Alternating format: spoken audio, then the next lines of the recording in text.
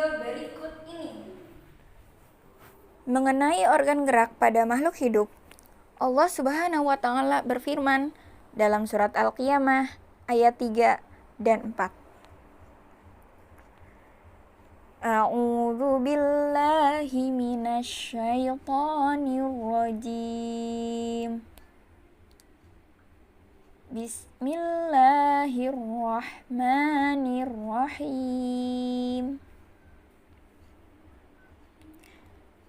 Ayahsabul insanu allan najma'a idhamah bala qadirina ala an nusawwiya bananah. Shadaqallahul azim.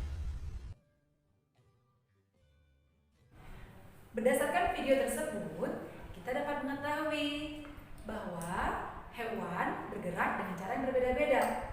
Contohnya, burung bergerak dengan cara terbang. Kuda bergerak dengan cara berlari. Ikan bergerak dengan cara berenang. Dan kelinci bergerak dengan cara melompat. Nah, berdasarkan contoh tersebut, maka kita dapat menyimpulkan salah satu ciri makhluk hidup yaitu bergerak. Makhluk hidup akan bergerak apabila mendapat rangsangan yang mengenai sebagian atau seluruh bagian tubuh. Organ gerak manusia dan hewan menggunakan organ gerak yang tersusun dalam sistem gerak. Organ gerak berguna untuk berlari, berjalan, memanjat, melompat, berenang, dan lain-lain. Tahukah anak-anak, organ gerak pada hewan dan manusia memiliki kesamaan. Alat gerak pada hewan dan manusia ada dua macam, yaitu alat gerak aktif dan alat gerak pasif. Kedua alat gerak ini bekerja sama dalam bentuk pergerakan. Nah, kerjasama antar alat gerak tersebut membentuk suatu sistem yang dikenal dengan sistem gerak. Oke, tahukah anak-anak hebat mengapa tulang disebut sebagai alat gerak pasif? Karena tulang tidak dapat bergerak dengan sendirinya.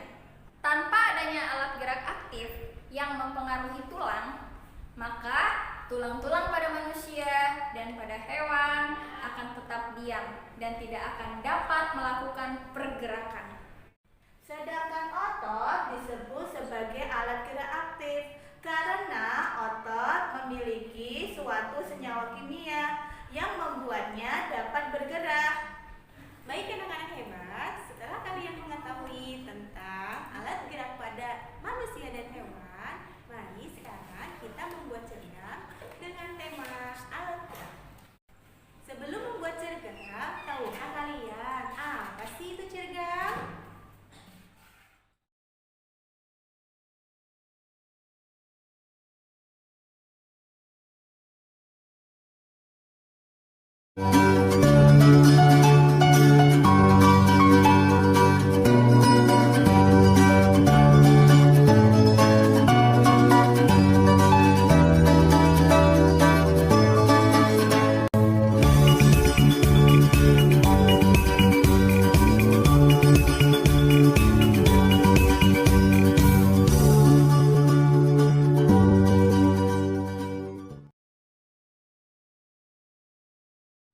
Oke, setelah kalian membuat cergam, nah sekarang coba kalian ceritakan kembali dalam bentuk sebuah paragraf. Dalam sebuah paragraf terdapat sebuah gagasan pokok atau ide dan gagasan pendukung. Nah, apa sih yang dimaksud dengan gagasan pokok atau gagasan pendukung? Penasaran kan? Yuk kita cari tahu. Gagasan atau ide pokok merupakan gagasan atau ide yang menjadi dasar sebuah paragraf. Ide atau gagasan pokok ini ada pada kalimat utama. Nah, untuk membuat sebuah paragraf, kalimat utama ini harus ditambahkan dengan kalimat pengembang. Nah, kalimat mengembang bisa 1 atau 2 kalimat bahkan lebih. Dari situlah kita dapat membuat paragraf. Kita lihat lagi contoh paragraf yang tadi ya. Nah, di sini kita menemukan kalimat utamanya yaitu organ gerak hewan dan manusia yang memiliki kesamaan. Lalu, ide pokoknya apa? Kita dapat simpulkan bahwa ide pokoknya yaitu kesamaan organ gerak hewan dan manusia. Nah, terkait kalimat utama ini tidak melulu ada di awal paragraf. Ada yang di akhir, ada juga yang di awal dan di akhir, yang disebut dengan campuran. Baik anak-anak, Ustazah sudahi dulu ya, semoga bermanfaat. Terima kasih.